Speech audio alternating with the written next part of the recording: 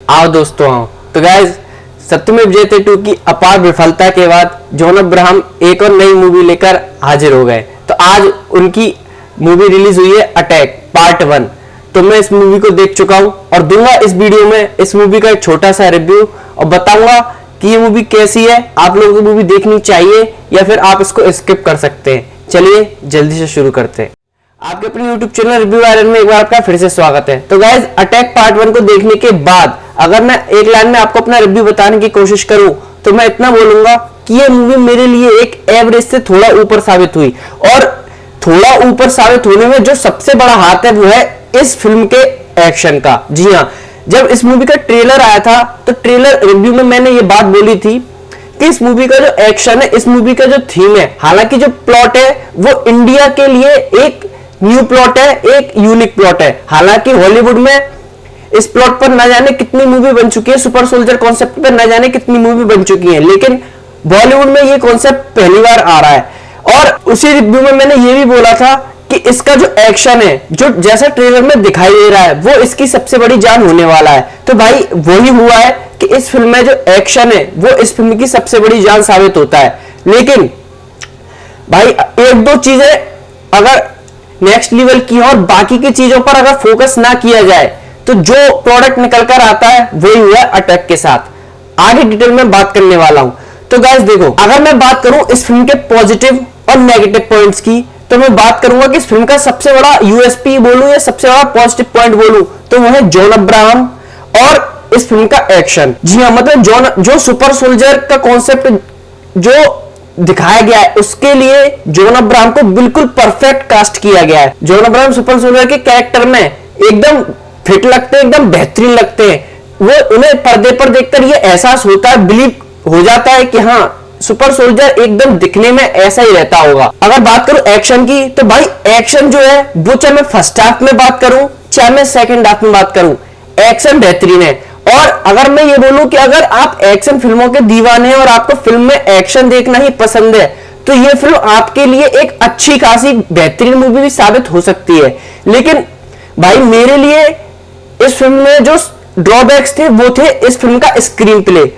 Guys यकीन मानो कि फर्स्ट हाफ का जो स्क्रीन प्ले है, इवन बोलूं पूरी फिल्म का, लेकिन उसमें अगर स्पेशली मेंशन करूं तो फर्स्ट हाफ का जो स्क्रीन प्ले है वो इतना बाह्यत तरीके से लिखा गया है कि कब क्या होता है, कौन सा कैरेक्टर कब एंटर करता है, कब एग्जिट कर जाता है, अगला सीन कब में क्या होता है, कुछ भी समझ पाना एकदम मुश्किल होता है। दूसरा कि किस तरह से जॉन अब्राहम सुपर सोल्जर बनते हैं, उनके साथ ऐसी कौन सी ट्रेजेडी, ऐसे कौन सा इवेंट होता है कि जिसकी वजह से वो सुपर सोल्जर बनते हैं एक नॉर्मल इंसान से। उसको दिखाने के लिए जो एक रोमांस बोलूं, एक लव स्टोरी का सहारा लिया गया है। भाई जब वो लव स्टोरी मेन है उस सुपर सोल्जर के स्टोरी को दिखाने के लिए, तो उस लव स्टोरी को कम से कम इतना एस्टेब्लिश तो करना चाहिए था कि कन्विंसिंग लगे। आप अगर देखोगे कि जैकलिन फर्नांडिस और जॉन अब्राहम के बीच जब पहली मुलाकात होती है तो भाई पहली मुलाकात वो टकराते हैं, जैकलिन फर्नांडिस गिरती हैं और उन्हें रोकने के लिए जॉन अब्राहम पकड़ते हैं और दोनों के बीच में स्मूच हो जाता है। मतलब कौन से एंगल से ये स्टोरी कन्विंसिंग लगेगी। उसके बाद नेक्स्ट सीन में वो एरोप्लेन में होते हैं दोनों और उसके बाद पता नहीं जॉन अब्राहम उनके जैकलिन फर्नांडिस के पास जाके क्या क्या उल जुलूल हरकतें करते हैं और उसके बाद उन हरकतों से उन दोनों में प्यार हो जाता है। भाई एकदम अगर आप पर्दे पर जब देखोगे ना तो आप खुद ही सोचोगे कि भाई कितनी वाहियात सी और कितनी चीप पने की स्टोरी और हरकतें कर रहे हैं जॉन अब्राहम और हमें कन्विंस करने के लिए मजबूर किया जा रहा है कि हम इस पर बिलीव करें, इस लव स्टोरी पर। और यही रीजन है कि जब जैकलिन फर्नांडिस बाद में मर जाती हैं तो जो इंपैक्ट, जो सिंपैथी क्रिएट होनी चाहिए थी जॉन अब्राहम के साथ वो बिल्कुल नहीं हो पाती, क्योंकि जिस तरह से उनकी हरकतें होती है, जिस तरह से लव स्टोरी को फोर्सफुली हमें कन्विंस करवाने की कोशिश की जाती है, मैं तो कन्विंस हुआ नहीं, तो भाई मेरे लिए तो बिल्कुल ये इंपैक्टफुल रही नहीं। इसके बाद बात करूं कि कुछ कैरेक्टर्स ऐसे भी होते हैं जो भाई साहब एक झलक के लिए आते हैं, उनका कोई सिर पैर ही नहीं है फिल्म में, लेकिन उनको दिखाया क्यों गया है उसके बारे में मैं बात ही नहीं करना चाहता, क्योंकि बात करूं तो भाई करूं क्या। अब देखो, अगर मैं ये बात बोलूं कि इस फिल्म को सिर्फ और सिर्फ फिल्म के बीएफएक्स, फिल्म के विजुअल्स, फिल्म के ग्राफिक्स और जॉन अब्राहम को का बेस सेट करने के लिए दिखाया गया है, तो भाई कहना कुछ गलत नहीं होगा, क्योंकि अगर मैं पूरी फिल्म के कैरेक्टर्स की बात करूं तो हमें इसमें जॉन अब्राहम के साथ साथ देखने के लिए मिलते हैं राघुल प्रीत सिंह, प्रकाश राज और जैकलिन फर्नांडिस वही रोल कर रही हैं जो उन्होंने इससे पहले बच्चन पांडे में किया था। आती हैं, एक दो गाना गाती हैं और फिल्म से एग्जिट मार जाती हैं। तो जॉन अब्राहम के अलावा किसी भी कैरेक्टर को अच्छे से लिखा ही नहीं गया है। हाँ देखो, लिखा नहीं गया, लेकिन फिर भी स्क्रीन पर रहते हुए अगर एक्टर अपना काम अच्छे से कर जा रहे हैं तो वो उनका टैलेंट है। जैसे मैं बात करूं प्रकाश राज सर की, मतलब प्रकाश राज सर का जितना भी काम है, हालांकि उनका भी कैरेक्टर उतना मजबूत नहीं लिखा गया, उनका जो कैरेक्टर, उनका जो डेजिग्नेशन, उनकी जो पोस्ट दिखाई गई है ना फिल्म में, उस हिसाब से उनका जो कैरेक्टर लिखा जाना चाहिए वो नहीं लिखा गया। लेकिन उसमें भी अगर वो जान फूंक गए तो वो उनका टैलेंट है। बात करूं राघुल प्रीत सिंह की, तो भाई राघुल प्रीत सिंह भी जिस जिस सीन में होती हैं अपना काम ठीक ठाक निभा रही हैं। हालांकि उनके पास स्क्रीन स्पेस और काम ज्यादा था जैकलिन फर्नांडिस से। तो बात देखो, अटैक जॉन अब्राहम की वन मैन शो मूवी है जिसमें सिर्फ और सिर्फ जॉन अब्राहम ही छाए रहते हैं। चाहे मैं बात करूं एक्टिंग में, चाहे मैं बात करूं एक्शन में, चाहे मैं बात करूं एज ए सुपर सोल्जर के कैरेक्टर में, हर चीज में उन्होंने कन्विंस किया और वो हर चीज में अपना काम पूरा का पूरा 100% दे के गए। लेकिन गाइस, स्क्रीन प्ले और स्टोरी देखो, स्टोरी भी कोई ऐसी नहीं है, सिर्फ उसमें तड़का लगाया हुआ है सुपर सोल्जर का, लेकिन स्टोरी बहुत ही सिंपल है। न जाने कितनी सारी फिल्मों में हमने देख लिया होगा।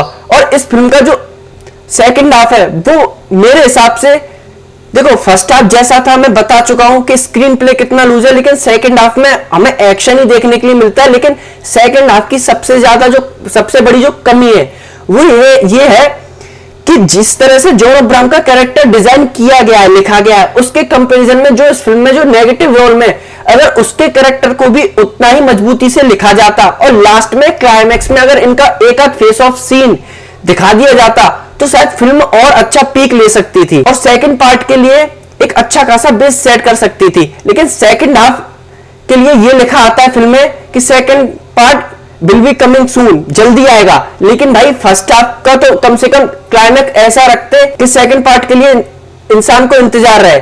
फर्स्ट पार्ट का ही आपने क्लाइमैक्स ऐसा रखा है जो बिल्कुल बचकाना साबित होता है, क्योंकि नेगेटिव रोल तो उसके आगे अगर फिल्म देखोगे तो उसमें पता पड़ेगा कि जॉन अब्राहम के सामने बच्चा है और फिल्म में कैरेक्टर को भी उसके लिए एक बच्चे की तरह ही लिखा गया है। मतलब ना तो उनके बीच में कोई ढंग का फेस ऑफ सीन है और वो कैरेक्टर भी लगता ही नहीं है कि यार ये नेगेटिव कैरेक्टर है। ऐसा लगता है फिल्म में कोई नेगेटिव कैरेक्टर कोई और है, उसका कोई साइड किक वगैरह है जो हमें दिखाई दे रहा है। तो गाइज, अगर फाइनल और अगर बात मैं करूं म्यूजिक की, तो भाई फिल्म का कोई गाना ऐसा नहीं है जो हिट हो, जो बहुत बड़ा आपकी जुबान पे चढ़ गया हो। अगर आप कोई हिट गाना हो तो ढूंढ के मुझे बता दीजिएगा। हाँ, एक बात जो सबसे ज्यादा मुझे इस फिल्म में खटकी वो ये थी कि जब ट्रेलर में जो हमें बैकग्राउंड म्यूजिक सुनने के लिए मिलता है, भाई उस बैकग्राउंड म्यूजिक ने मैं ये सोच के गया था फिल्म देखने कि जब वो बैकग्राउंड म्यूजिक स्क्रीन पर आएगा, जब बजेगा हॉल में, थिएटर में जब बजेगा, तो भाई उसको सुनने का एक अलग एक्सपीरियंस होगा। लेकिन मैं अगर ऑनेस्टली आप लोगों को बताऊं तो पूरी फिल्म के दौरान शायद 2 या 3 सीन ऐसे थे जहां वो बैकग्राउंड म्यूजिक बजा, और उसमें एक सीन तो ऐसा था जहां वो बिल्कुल लो पेस पे बज रहा था, और बाकी के जो 2 सीन थे वो ऐसे थे कि उसमें कब वो म्यूजिक बजा, बैकग्राउंड म्यूजिक कब बजा और कब बजना बंद हो गया कुछ पता ही नहीं चला। तो भाई उस बैकग्राउंड म्यूजिक को जहां बेहतरीन तरीके से यूज किया जा सकता था और उन सीन्स की क्वालिटी को, एलिवेशन को और बढ़ाया जा सकता था, उसे पूरी तरह बेस्ट किया गया है।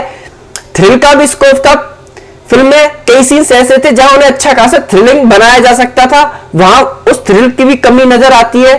तो ओवरऑल अगर लास्ट में समअप करके अपना वर्डिक्ट देने की कोशिश करूं तो मैं इतना ही बोलूंगा कि आप जॉन अब्राहम के बहुत बड़े वाले फैन है या एक्शन मूवीज के फैन है या कुछ बाकी अब तक की फिल्म से कुछ हटके अलग एक्शन देखना चाहते हैं तो आप फिल्म को एक बार देख लें, प्रेफर करूंगा। बाकी अगर आप ट्रेलर देखने के बाद एक हाई एक्सपेक्टेशन या कुछ भी एक्सपेक्टेशन लेकर बैठे फिल्म को, तो भाई बिल्कुल भी लेकर मत बैठना। अगर आप OTT पे भी आने का इस फिल्म का इंतजार करोगे तो भी कोई बुराई नहीं है। तो भाई यही तक था आज का हमारा रिव्यू। आशा करता हूँ रिव्यू आपको पसंद आया होगा। अगर रिव्यू पसंद आया और अगर आप मेरे रिव्यू से सहमत है तो वीडियो को लाइक कर देना और बाकी चैनल को सब्सक्राइब कर लेना। यार चोरों की तरह देख के तो मत जाया करो, कम से कम सब्सक्राइब तो कर लो, नोटिफिकेशन बेल दबा देना, मेरे सोशल मीडिया पर मुझे फॉलो कर लेना। बाकी मिलता हूं ऐसी एक और वीडियो के साथ, तब तक के लिए बाय एंड टेक केयर।